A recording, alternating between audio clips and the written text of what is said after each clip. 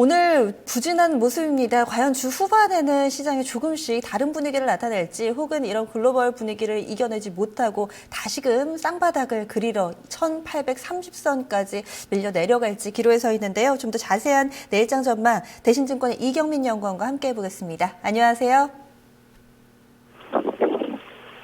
네, 연구원님. 네, 연결되셨습니다. 네, 안녕하십니까. 내일장 포인트 어디에 맞추고 계세요?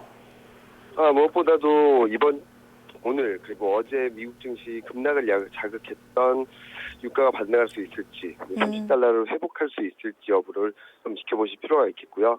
그리고 자칫하면은 반등세가 나타나긴 했지만 1월 달에 나타났던 약세 흐름이 다시 확산될 수 있다라는 불안 심리가 어떻게 움직일지, 투자 심리가 어떻게 움직일지 두 가지 관점 포인트를 두고 보고 있습니다.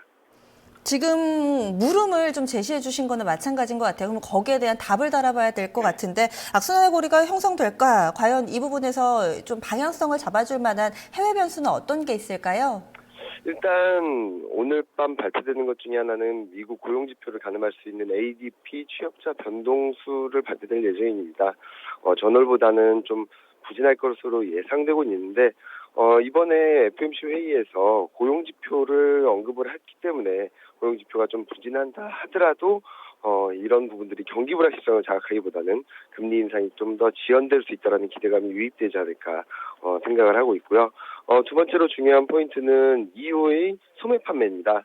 전월 1.4%보다는 소폭 개선된 1.5% 예상되고 있는데 생각보다 그러니까 예상치를 상회할 경우에는 최근 다시 한번 불거지고 있는 글로벌 불확실성, 글로벌 경기 우려감이 좀 완화될 가능성이 높다 생각을 합니다. 만약에 이 두 연결고리가 잘 맞춰진다면은 유가는 다시 한번 30달러를 회복하지 않을까라는 생각을 하고 있습니다. 네. 그리고 지금 현재 상황에서 눈에 띄는 몇 가지 좀 체크를 해볼게요. 홍콩 H가 2,800선 아슬아슬합니다. 장중에는 7,800선이죠. 장중에는 좀 잠깐 이탈이 나오기도 했고요. 현재는 3%대 급락인데요. 이 부분 ELS 공포가 한 차례 휩쓸 것 같기 때문에 여전히 좀 무덤덤할 수는 없는 부분인 것 같습니다. 어떻게 판단하고 계신가요? 네, 일단 홍콩 H지수는 계속적으로 우리나라의 불안 요인으로 자극하지 않을까라는 생각을 합니다. 다만 지난번 한 차례 폭풍이 있었다는 측면에서 전저점 수준인 7,700선, 800선을 완전히 이탈하지만 않는다면 이전과 같은 영향력은 좀 제한적이지 않을까라는 생각을 하고요.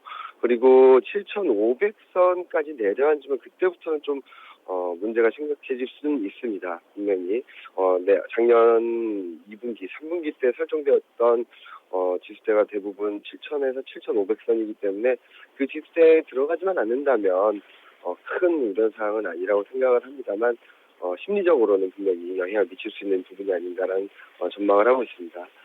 중국 경기가 돌아서야 되는데 그나마 나은 것은 글로벌 정책 공조가 유효하고 그리고 중국도 대규모 유동성을 공급하는 가운데 오늘 발표된 차이신 PMI, 그러니까 서비스업 PMI가 전월보다 크게 개선되었다는 점은 일단은 최악의 상황으로 전개될 가능성이 낮다라고 보고 있습니다. 요즘에 좀 체크할 게 많아서요. 한 가지만 좀 더 여쭤볼게요. 환율입니다. 오늘 구로다 총재가 추가적인 금리 인하 가능성이 있다라고 얘기를 했음에도 불구하고 오늘 엔달러 환율이 오르지를 못하고 있거든요. 여기에다가 안전자산 선호 심리 때문에 원달러 환율은 1220원 터치 나왔습니다. 환율 분위기는 좀 어떻게 보고 계세요?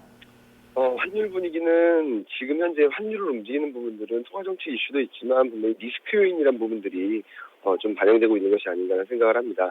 선진국 통화는 리스크가 불거지면 강세를 보이고, 그러니까 조금이라도 안전한 통화 쪽으로 좀 집중되는 양상을 보이기 때문인데요. 반면에 리스크가 조금이라도 불거지면 신흥국 통화는 약세를 보입니다. 이런 부분에 있어서 원달러 환율은 1220원까지 작년 넘어서는 모습을 보이기도 했고, 그리고 엔달러 환율 같은 경우는 구로다 총재의 발언에도 불구하고 더 추가 상승을 못하는 모습인데요. 환율을 보는 부분에 있어서는 리스크 요인으로 인식을 하는 게 지금 현 시점에 맞는 것이 아닌가라는 생각을 합니다. 내일장 전망하고요. 이에 따른 전략 함께 주시죠.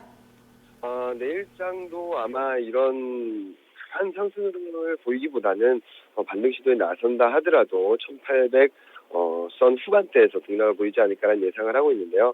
그 이유는 여러 가지 대외 불확실성, 대외 변수가 있기는 하지만 그 가운데서 주목할 부분은 설 연휴를 앞두고 있다는 점입니다. 목요일, 금요일 이틀 거래일 뒤에는 월요일, 화요일, 수요일까지 휴장을 하게 되는데요. 그동안에 글로벌 증시라든지 금융시장이 변동성을 키울 수 있다. 어쩌면은 변동성이 커질 수 있다는 불안 심리가 유입될 수 있기 때문에 아마도 이번 주까지는 적극적으로 대응을 좀 자제하실 필요가 있지 않나라는 생각을 합니다. 물론 지금 현재 말씀드렸듯이 글로벌 정책 공조 기대감 그리고 글로벌 펀더멘탈이 그렇게 나쁘지 않다라는 점에 있어서 1월과 같은 급락세가 재현될 가능성은 낮다고 보고 있는데 아마도 연휴를 지난 뒤에 좀 낙폭과대 대형주 중심으로 비중 확대하시는 전략이 맞지 않나 생각을 하고 있습니다. 계속해서 경계감을 늦추면 안 되겠네요. 말씀 고맙습니다. 네, 감사합니다. 내일자기 미리 보기까지 이어봤습니다. 집중 골든타임 2부에서 잠시 후에 뵙겠습니다.